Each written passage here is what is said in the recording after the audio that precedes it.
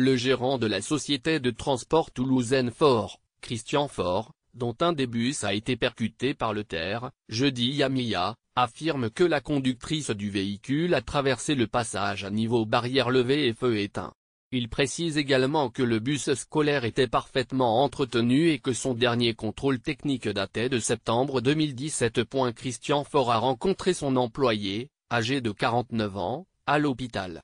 Cette dernière, blessée, était selon son patron, une conductrice confirmée encodie depuis avril 2017 dans l'entreprise.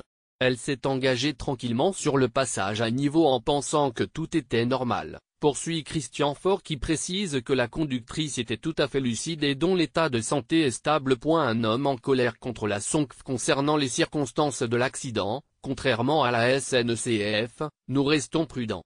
Je souhaiterais qu'ils fassent pareil et assument leurs responsabilités, demande Christian Fort.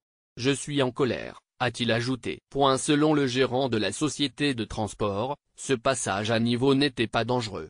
Notre conductrice connaissait le parcours et le faisait chaque jour.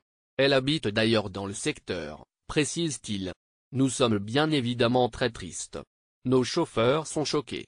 Des psychologues sont intervenus dans nos locaux des Pyrénées-Orientales et de Toulouse, explique Christian Fort. La SNCF se déclare choquée peu de temps après. La SNCF a réagi aux propos de Christian Fort.